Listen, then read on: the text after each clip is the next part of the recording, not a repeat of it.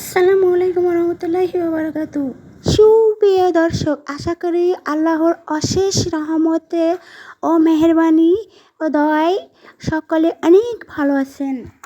প্রিয় দর্শক, আল্লাহর নবী সাল্লাল্লাহু আলাইহি সাল্লামের জানাজার নামাজ কে পড়িয়েছিল? নবীজির ব্যাপারে আব্দুল্লাহ ইবনে আব্বাস রাদিয়াল্লাহু আনহু তিনি বলেছেন, রাসূল সাল্লাল্লাহু আলাইহি সাল্লাম সোমবার মারা গেলেন আর মঙ্গলবারের দিন আল্লাহ রাসূল সাল্লাল্লাহু আলাইহি সাল্লামের দেহটাকে নিয়ে আমরা গোসল করালাম। তারপর কাফন পরিধান করে আল্লাহর রাসূলের রওজার পাশে রেখে দিলাম। এদিকে দেখা গেল সাহাবীরা দলে দলে রাসূলুল্লাহ সাল্লাল্লাহু আলাইহি সাল্লামের সেই লাশের পাশে আসছেন। আসার পরে একাকী জানাজার নামাজ আদায় করছেন আর চলে যাচ্ছেন। আপনি বলবেন যে কেন আমাদের মতে রাসূল সাল্লাল্লাহু আলাইহি সাল্লামের জানাজার নামাজ পড়ানো হলো না? আব্দুল্লাহ ইবনে মাসউদ রাদিয়াল্লাহু আনহু হতে বর্ণিত, কয়েকজন সাহাবী আল্লাহর হাবিব মুহাম্মদ সাল্লাল্লাহু আলাইহি সাল্লাম যখন অসুস্থ হয়ে গেলেন, তখন নবী করিম সাল্লাল্লাহু আলাইহি সাল্লামের কাছে এসে বললেন, এ রাসূলুল্লাহ সাল্লাল্লাহু আলাইহি সাল্লাম, আপনি তো অসুস্থ হয়ে গেছেন, আপনি তো দুনিয়া ছেড়ে চলে যাবেন, আমরাও দুনিয়া ছেড়ে চলে যাব। আল্লাহর নবী, আপনি যদি দুনিয়া ছেড়ে চলে যান, আপনার গোসল কে করাবে? আপনার কাফন কে পরাবে? আল্লাহর নবী সাল্লাল্লাহু আলাইহি সাল্লাম বললেন, আমার গোসল করাবে আমার আহলে বায়াতে, আমার পরিবারের সদস্যরা। আল্লাহু আকবার। কাফন পরাবে আমার আহলে বায়াতে পরিবারের সদস্যরা। সাহাবীগণ বললেন, ইয়া রাসূলুল্লাহ সাল্লাল্লাহু আলাইহি সাল্লাম, আপনাকে যে আহলে বায়াতে রয়েছে তারাও কি আপনার জানাজার নামাজ পড়াবে? আল্লাহর নবী রাসূল সাল্লাল্লাহু আলাইহি সাল্লাম বললেন, না, আমার জানাজা তোমাদের মতো হবে না। আল্লাহর রাসূল বললেন, তোমাদের জানাজা যেমন হয়ে থাকে আমার জানাজা তেমন হবে না। আল্লাহর নবী রাসূল সাল্লাল্লাহু আলাইহি সাল্লাম তখন এই কথা বললেন, তখন সাহাবীগণের চোখে পানি পড়তে লাগলো। সাহাবীগণ তখন কাঁদতে লাগলেন। আল্লাহর নবী সাল্লাল্লাহু আলাইহি সাল্লাম বললেন, সাহাবীগণ কান্না করো কেন? সাহাবীরা বলেন, ইয়া রাসূলুল্লাহ সাল্লাল্লাহু আলাইহি সাল্লাম, আপনি দুনিয়া ছেড়ে চলে যাবেন, আমরা কার কাছে থাকবো? কে আমাদেরকে দেখবে? আমাদের অভিভাবক কে হবে? নবী করিম সাল্লাল্লাহু আলাইহি সাল্লাম বললেন, তোমাদের অভিভাবক এখন হচ্ছে স্বয়ং আল্লাহ রাব্বুল আলামিন, সুবহানাল্লাহ। অর্থাৎ আল্লাহর রাসূল ছিলেন তাদের দুনিয়াবী অভিভাবক, আর আল্লাহ তো তাদের সব সময়ের চিরঞ্জিত চিরস্থায়ী অভিভাবক। আল্লাহর রাসূল যে তাদেরকে দেখে শুনে রাখতেন, দিন শিখাতেন, কোরআন হাদিস শিখাতেন, তো এখন আল্লাহর রাসূল সাল্লাল্লাহু আলাইহি সাল্লাম বলেন, আমি আল্লাহ রাব্বুল আলামিনের কাছেই তোমাদেরকে শপথ করে দিলাম, সুবহানাল্লাহ।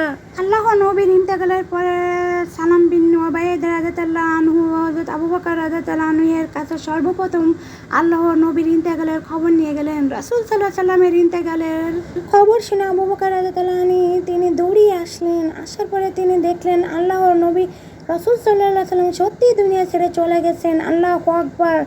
ইন্না লিল্লাহি ওয়া ইন্না ইলাইহি রাজিউন।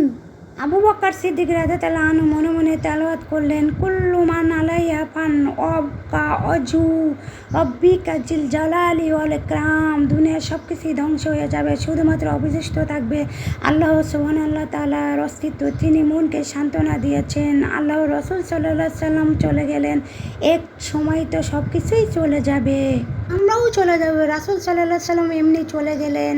মৃত্যুর সময় যদি কারো চলে আসে, নির্ধারণ হয়ে যায়, এই সময়টা কেউ অতিক্রম করতে পারে না। যেই হোক, নবী হোক, সাধারণ মানুষ হোক, রাসূল হোক, সে কিন্তু পৃথিবী ছেড়ে চলে যায়। ওইদিকে ওমর ফারুক রাদিয়াল্লাহু আনহু এর কাছে রাসূল সাল্লাল্লাহু আলাইহি সাল্লামের মৃত্যুর খবর পৌঁছানোর পরে ওমর ফারুক রাদিয়াল্লাহু আনহু দৌড়িয়ে এসেছেন। দৌড়িয়ে আসার পরে ওমর ফারুক রাদিয়াল্লাহু আনহুর তরবারি উঁচু করলেন। তিনি বললেন, আল্লাহর নবী দুনিয়া ছেড়ে চলে গেছে, আল্লাহর নবী মারা গেছে, ইন্তেকাল করেছেন, এরকম কোনো শব্দ যদি কেউ উচ্চারণ করে, আমি ওমর তার গলা থেকে মাথা আলাদা করে দিব।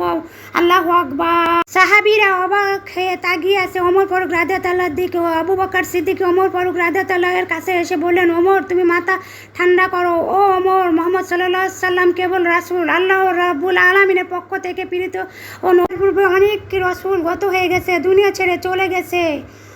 হযরত মুহাম্মদ সাল্লাল্লাহু আলাইহি সাল্লাম ও দুনিয়া ছেড়ে চলে গেছেন। তুমি সত্যটাকে কেন বিশ্বাস করছো না? এই বিষয়টিকে কেন মেনে নিচ্ছ না? ওমর রাদিয়াল্লাহু আনহু নবীজিকে এত ভালোবাসতেন, তিনি মৃত্যুকে বিশ্বাস করেন, কিন্তু আল্লাহর নবী এই দুনিয়া থেকে চলে যাবে ওমর ফারুক রাদিয়াল্লাহু এর কলিজা সেটা সহজ ছিল না। এবার হযরত আবু বকর যখন এইসব কথা বললেন, তখন ওমর ফারুক রাদিয়াল্লাহু এর মাথা ঠান্ডা হলো। আল্লাহু আকবার। সাল্লাল্লাহু আলাইহি সাল্লামের পরে তিনি সবচাইতে সম্মান করতেন এবং ভালোবাসতেন। প্রশ্নে আল্লাহ নবী রাসূল সাল্লাল্লাহু আলাইহি সাল্লামের লাশ কেন 3 দিন রেখে দেওয়া হলো, কেন কাল বিলম্ব করা হলো? অথচ নবী করিম সাল্লাল্লাহু আলাইহি সাল্লাম বলেছেন, যখন একজন মানুষ মারা যায় যত দ্রুত সম্ভব তার লাশ দাফন কাফনের ব্যবস্থা করতে হবে। আল্লাহ রাসূল সাল্লাল্লাহু আলাইহি সাল্লামের লাশ নিয়ে কেন এত সময় অপেক্ষা করা হলো?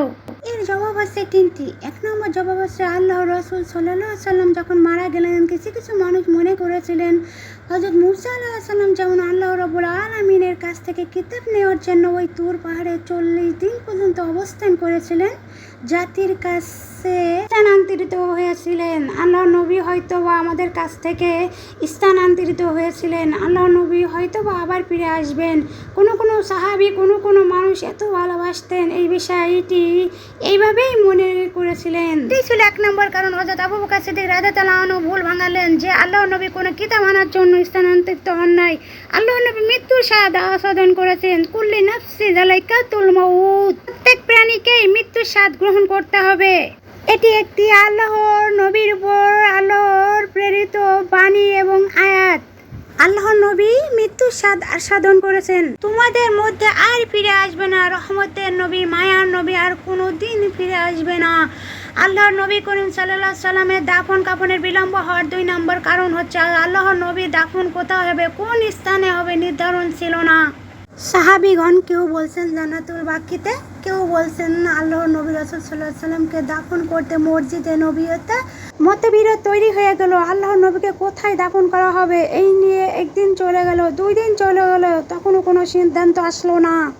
আবু বকর সিদ্দিক রাদিয়াল্লাহু আনহু বললেন, আমি আল্লাহর প্রিয় নবী সাল্লাল্লাহু আলাইহি সাল্লামকে নিজের মুখে বলতে শুনেছি, আমার ইন্তেকালের পরে তোমরা দাফন করবে আমার ঘরে, অর্থাৎ যেখানে আমার ইন্তেকাল হবে সেখানে দাফন করে দিবে। আল্লাহু আকবার। আল্লাহর নবী আয়েশা সিদ্দিক রাদিয়াল্লাহু আনহুর ঘরে ইন্তেকাল করলেন।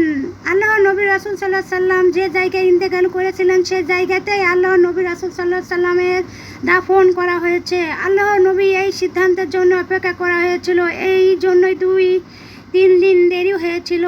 3 নম্বর কারণ হলো খলিফা নির্বাচনে ঐকমত হওয়া। নবী করিম সাল্লাল্লাহু আলাইহি সাল্লামের দেহ মুবারক কাফনে জড়িয়ে সেখানে রাখা হলো। আলাদা আলাদাভাবে ফেরেশতাগণ জানাজা নামাজ আদায় করলেন। এখন সমস্যা তৈরি হয়েছে, আল্লাহর নবী স্থল ভিত্তিক অর্থাৎ খলিফা কে হবেন? কেউ বলছে আবু বকর, কেউ বলছে ওমর, কেউ বলছে আলী। মতবিরোধ তৈরি হয়ে গেল। একটি পর্যায়ে সিদ্ধান্ত নেওয়া হলো হযরত আলী রাদিয়াল্লাহু, ওমর রাদিয়াল্লাহু, অন্যান্য বড় বড় সাহাবীগণ সকলে একই দাবি পেশ করলেন এবং উপস্থাপনা করলেন। আল্লাহর নবীর সবচাইতে কাছের সাহাবী হচ্ছে আবু বকর। আল্লাহর নবীর সুদিনের সঙ্গী, দুর্দিনের সঙ্গী। আল্লাহর নবীর ইন্তেকালের পরে খলিফা একমাত্র আল্লাহর নবীর স্থান ভিত্তিক হচ্ছে আবু বকর সিদ্দিক রাদিয়াল্লাহু আনহু। আল্লাহু আকবার। এই 3টা কারণে আল্লাহর নবীর দাফন কাফনের দেরি হয়েছিল। আল্লাহর নবীর দাফন কাফন নিয়ে অনেক বিভ্রান্তি হয়েছে। আল্লাহ আমাদের এই সকল বিভ্রান্তি থেকে হেফাজত করুন, আমিন। এবং জীবনে অন্তত একটিবারের জন্য হলেও আল্লাহ রাসূল সাল্লাল্লাহু আলাইহি সাল্লাম রওজা মুবারক জিয়ারত করার তৌফিক আল্লাহ দান করেন, আমিন। নবীজির রওজা মুবারকে যে বলতে পারি, আসসালাতু আসসালামু আলাইকা ইয়া রাসূলুল্লাহ, আসসালাতু আসসালামু আলাইকা ইয়া হাবিবাল্লাহ।